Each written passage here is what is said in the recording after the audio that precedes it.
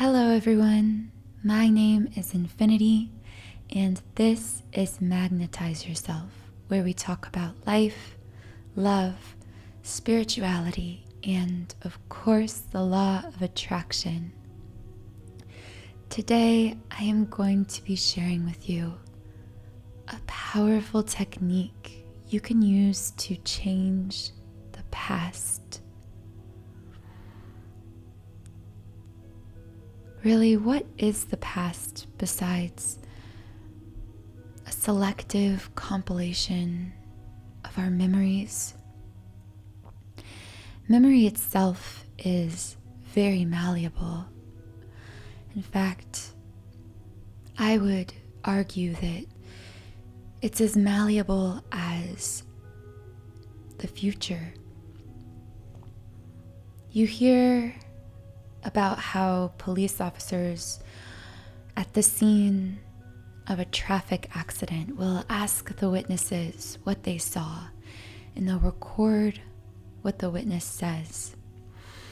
And they'll find major differences between these accounts, even though the events they're describing happened only minutes before.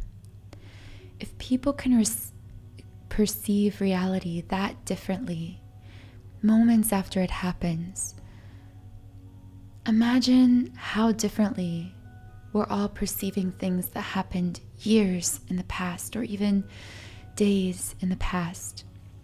Now, the problem is our yesterdays don't get further and further in the past. We carry them with us into the present and ultimately into the future. And because we do this, because we carry all of our memories with us, they are always affecting our point of vibration and therefore affecting the things that we can or can't manifest in our lives.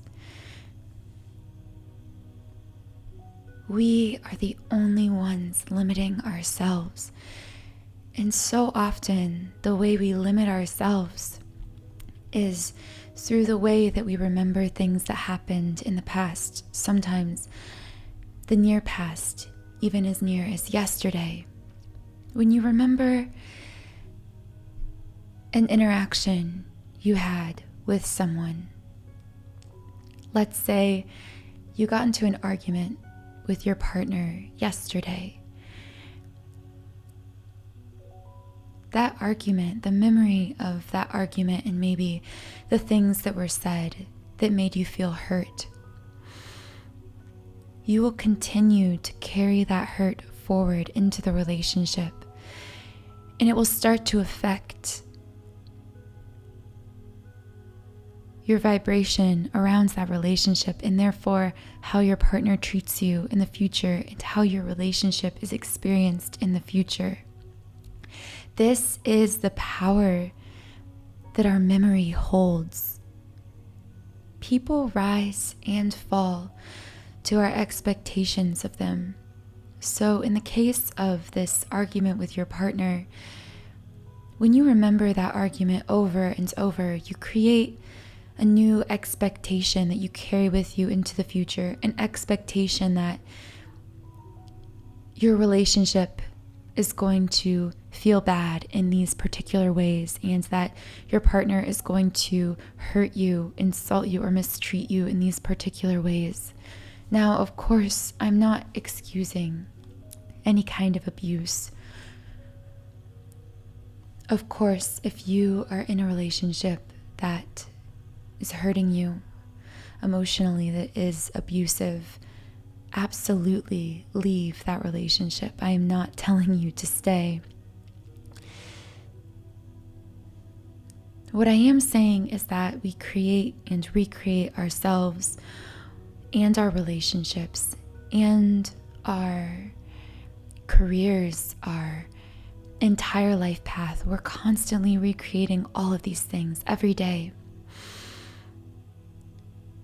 Anything has the power to change in an instant. The problem is that It's not that things aren't changing. Things are constantly changing. Any day could be the day that a miracle occurs in your life.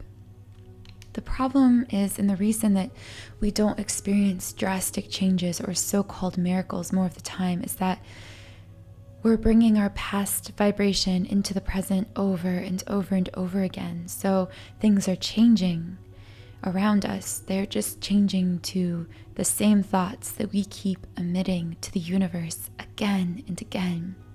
It's time to take our power back, to give ourselves a blank slate in this moment upon which we can create anything, even the most beautiful dream, even the greatest miracle. That is the creative power you were born with and destined to rediscover within yourself. And one incredible method we can use to take our power back in this way is Neville Goddard's revision technique. Neville Goddard was an absolutely brilliant man. I am so inspired by all of his teachings, but I found this teaching to be particularly powerful and, for me, very life-altering. It's the idea that we're not only creating our future, but we're always also creating our past, and that the two are very interconnected. So the way we remember our past affects our manifestation of the future. Neville Goddard describes the mind like a garden. A garden full of metaphoric plants, flowers, beautiful things growing within it. And also a garden within that, if we are not careful, can also harbor weeds that grow up and choke out the beauty of our garden of the mind. These weeds, metaphorically, he compares to negative interactions or situations without the day, even things that we consider to be truths. So in law of attraction terms, he's referring to things that have already manifested in our lives in that day. Now, most of us in our lives, maybe now, maybe at some point in your life, you've kept a diary.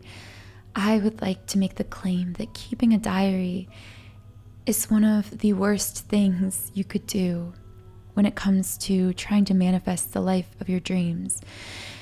Because when you keep a diary, you're essentially keeping a record of every day exactly as you remember it. And oftentimes, at least in my experience, a diary turns into more of a place to vent all my negative thoughts and feelings about the day.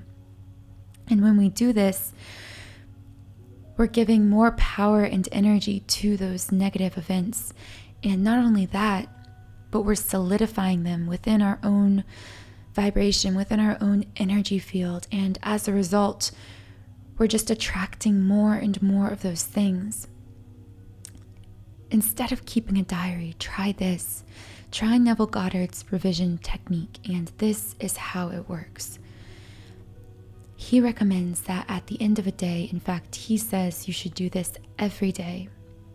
At the end of a day, step 1 is to review the events of the day. Don't judge them, don't condemn them. Just look at them objectively. Run through the day in your mind, scene by scene, conversation by conversation, event by event, as you remember it to be. Now, I would recommend not to give any more power than you need to these events that you would call your truth or your memory, because they're most likely a blend of good and bad, positive and negative, and we don't want to bring this blend of vibration into the future. We want to pick out the good replace the negative, and then bring that purely positive vibration into the future. So as you're reviewing the day, simply go over it in your mind. Step 2 of the revision technique is to rewrite your day. So now that you've defined your memory of the day, you're going to recreate those memories by writing. If you've ever done a scripting exercise, it's a common law of attraction technique we use to basically write ourselves into our future desires and dreams. Well, this is the same, except instead of writing yourself into your future, you're writing yourself into your desired past. As you write, allow yourself to indulge in your imagination a little bit here. Don't limit yourself by your own disbelief by thinking, well, that person never would have acted that way, or that situation never could have gone that way. Try to suspend your disbelief here for a second and simply allow yourself to free write the day as you wish it had happened, especially focusing upon any events or conversations that were negative. Be absolutely sure to rewrite those in the positive. So you don't want to leave a vacuum here. So as you're going back through your day, don't simply omit things from your day like, oh, this conversation didn't happen. Rewrite the conversation as having happened differently in a more positive way, for example. Now, once you've rewritten your day, essentially rewritten this memory of your day, this is where the power is. You're going to meditate yourself into a sleepy, relaxed state, because as we know, when the conscious mind is relaxed, the subconscious is at its most impressionable. Once you've meditated yourself into this state, you're going to impress the vision you've just written down upon your mind. So everything you wrote on that page, you're now translating into a powerful, tangible, touchable, real-like vision within your mind. Neville Goddard really emphasizes engaging as many senses as possible here. Your goal is to make this vision as real as reality, because we need to get your mind to accept this quote-unquote replacement memory. We are replacing a memory that feels very real to you with a new memory that must feel just as real. And you need to imagine this over and over and over again until you truly feel as if you're experiencing this day, as if you remember this day in the new desired way, not the way that you previously felt or remembered it as occurring. Neville Goddard recommends not just doing this once on a particularly bad day, but doing this every single day so that you won't get out of the habit and let metaphoric weeds grow up in the garden of your mind. Which, by the way, I love that metaphor. It's so beautiful. He even calls your mind the Garden of Eden, like in the Bible. I just adore that. As you go about this process, you may be wondering how soon you'll see results. Well, if you're impatient, I have good news for you, because even Goddard himself says that you can begin to see results as soon as tomorrow. So oftentimes with manifestation techniques, we'll say, give it 21 days, which yes, that is the amount of time needed to truly build a new habit. But the interesting thing about this is because you're altering your vibration about such recent things that were recently active within you, it's very likely you'll begin to see noticeable changes as soon as even the next day. Because say, for example, you were interacting with a person yesterday and that person was rude to you and mean to you or even lied to you, whatever, and you rewrote and reimagined and, as Neville Goddard says, revised that memory, truly revised it and felt it differently, you can so powerfully change your vibration around that person and around that interaction that you could be interacting with the same person the next day and they could be kind, loving, honest with you. They could seem like an entirely different person, almost as if you've stepped into a completely new dimension, which I just think is the coolest thing about this technique. So I really hope you found this interesting and useful in your own law of attraction journey. Let me know in the comments below either what you're going to change using this technique, or of course, if you have success with it, let us all know so we can all be inspired by your success. If you'd like to let go of a certain vibration about yourself, your life, or a relationship, money, whatever it is, to truly release that and get the energy moving in the direction of your desires. Because like I said, energy is always in motion. It's just that often we feel stuck because we're not moving that energy in the direction of what we want in life.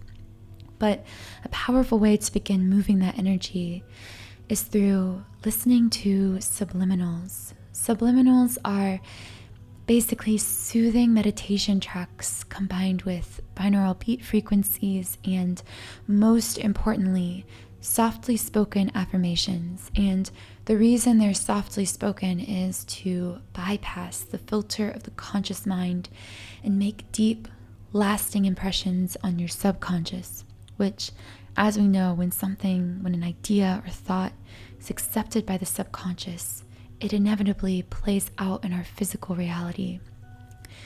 So if you'd like to explore our library of over 65 powerful, life-changing subliminal tracks you can use to change something about your finances or appearance or relationships, check out the link in the description box below. We'll even give you a 7-day free trial so you can download several of these tracks, and others you can exclusively access through our website. Thank you so much for sharing this space on YouTube with me. I hope that if I resonated with you, you'll subscribe to this channel, join our community of like-minded, powerful, creative beings here. Good luck using this revision technique to change your past, and by changing your past, altering your future.